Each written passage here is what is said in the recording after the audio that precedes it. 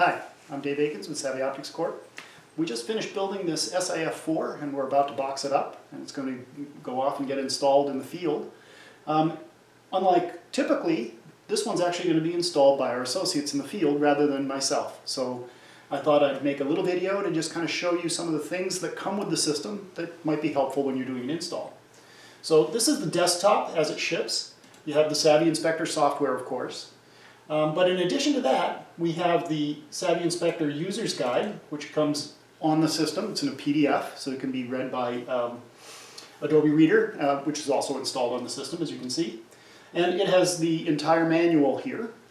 We also ship the systems typically with a paper copy of the manual, which you can also refer to. But there's a lot of interesting information in here, including how to get it out of the box, how to set it up, and so forth.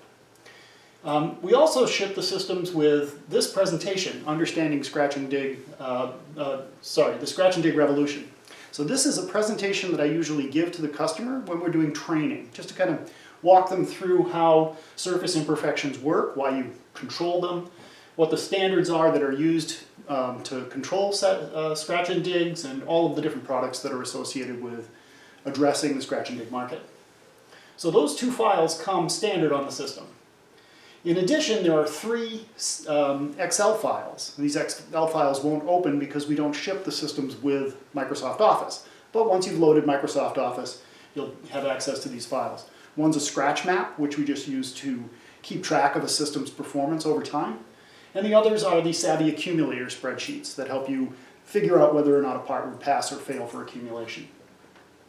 So a couple of other files on this desktop that I want to point out too.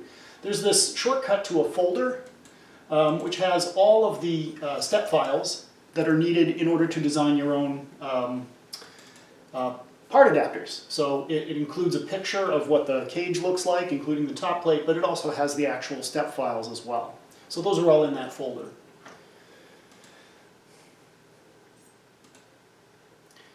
In addition to that folder, we also have the shortcut to the SIF files. So this is important because this is where all of the inspection files are going to be placed. So when you're saving images using the software, the file folders will be dropped into this directory. There's one other thing I want to show you, and that is the location of the Savvy Inspector SDI config file. This is the file that includes all of the information for setting up a system. So on the C drive, you have a Savvy Inspector folder with no space. And this is our base master files, if you will. So this has a bunch of other accessories that we might need to use to debug various problems with the system. It also has CAL files and things like that. But the more important one is the Savvy Space Inspector folder, also on the C drive. So this one includes all the calibration files that come with the system, and a very important file called the SDI config file.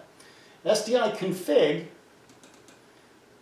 can be opened with any text editor, and it includes all of the settings for the system itself. So occasionally I have to drill down into the SDI config file to get the system set up correctly. There's a couple of diagnostic software packages that we also ship with the system. So National Instruments Measurement and Automation, or MAX, comes with the system. That's used to debug camera problems. And then the E201 software, which is from Renishaw, which allows you to debug encoder problems.